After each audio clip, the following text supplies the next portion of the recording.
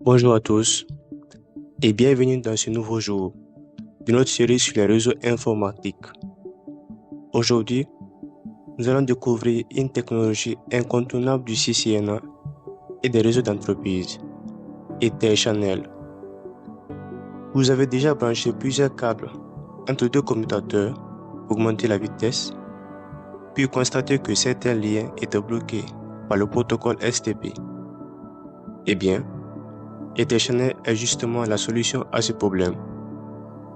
À la fin de cette vidéo, vous saurez ce que c'est que Etherchannel, pourquoi il est utilisé, comment il fonctionne et surtout comment le configurer étape par étape sur un switch Cisco. Imaginez une autoroute avec une seule voie. Si beaucoup de voitures arrivent en même temps, un embouteillage se crée. Maintenant, imaginez que cette autoroute possède 4 voies. Les voitures sont réparties sur les différentes voies, ce qui améliore la circulation. Etherchannel fonctionne exactement de cette manière. Au lieu d'utiliser un seul câble entre deux switches, plusieurs liens physiques sont regroupés pour former un seul lien logique. Les avantages sont nombreux. Premièrement, on augmente la bande passante. Deuxièmement, on assure une meilleure disponibilité du réseau.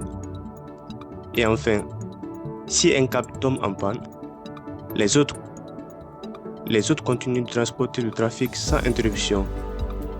Pour le réseau, tous ces câbles sont vus comme une seule connexion.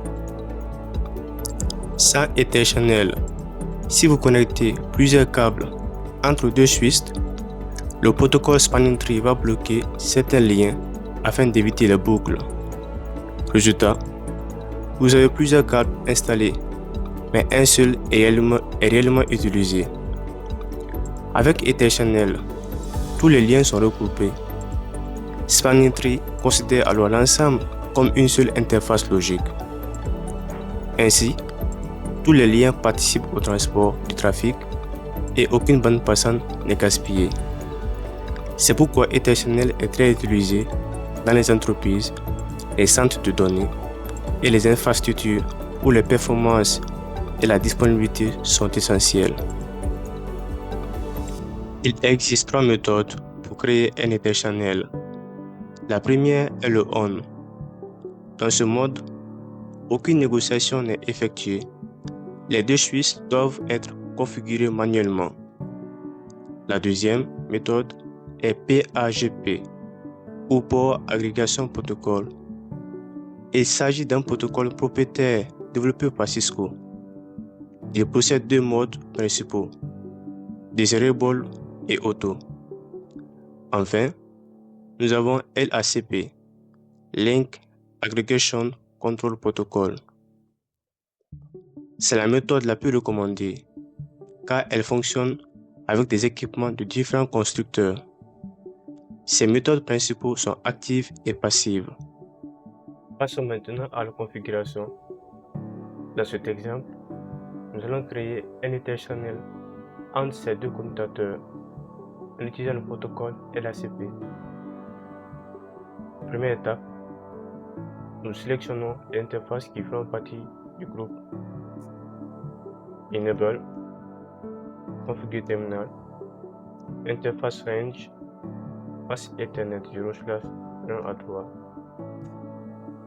Deuxième étape, nous configurons ces interfaces en mode trunk.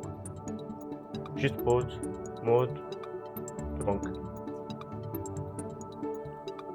Troisième étape, nous activons le protocole LACP avec la commande Channel Group 1, mode active.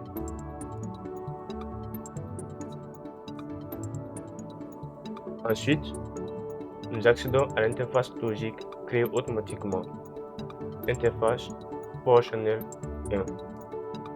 Nous vérifions que cette interface est également configurée en trunk. Shoot port mode trunk.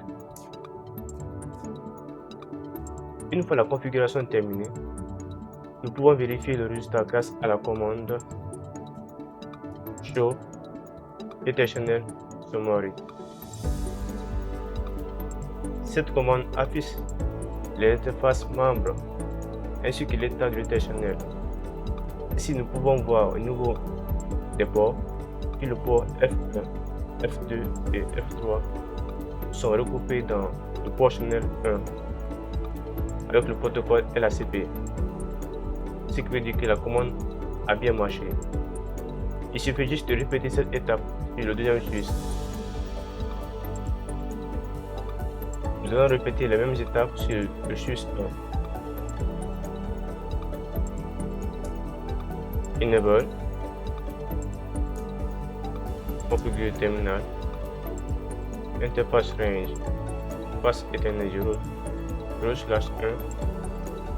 à 3, trunk, channel group 1, mode active, exit, interface port channel 1, switch port, mode, trunk, end. Maintenant, nous allons vérifier la configuration. Show InterChannel Summary. Ici, nous voyons le résultat. On voit que le F1, F2 et F03 sont regroupés dans le port Channel 1, logiquement, avec le protocole LACP.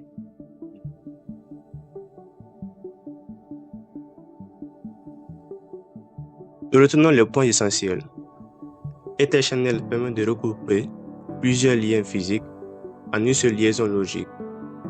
Il augmente la bande passante, il améliore la tolérance aux pannes, il évite le blocage des liens par spanning tree et il peut être configuré en mode manuel avec PAGP ou avec LACP, qui reste la solution la plus recommandée aujourd'hui.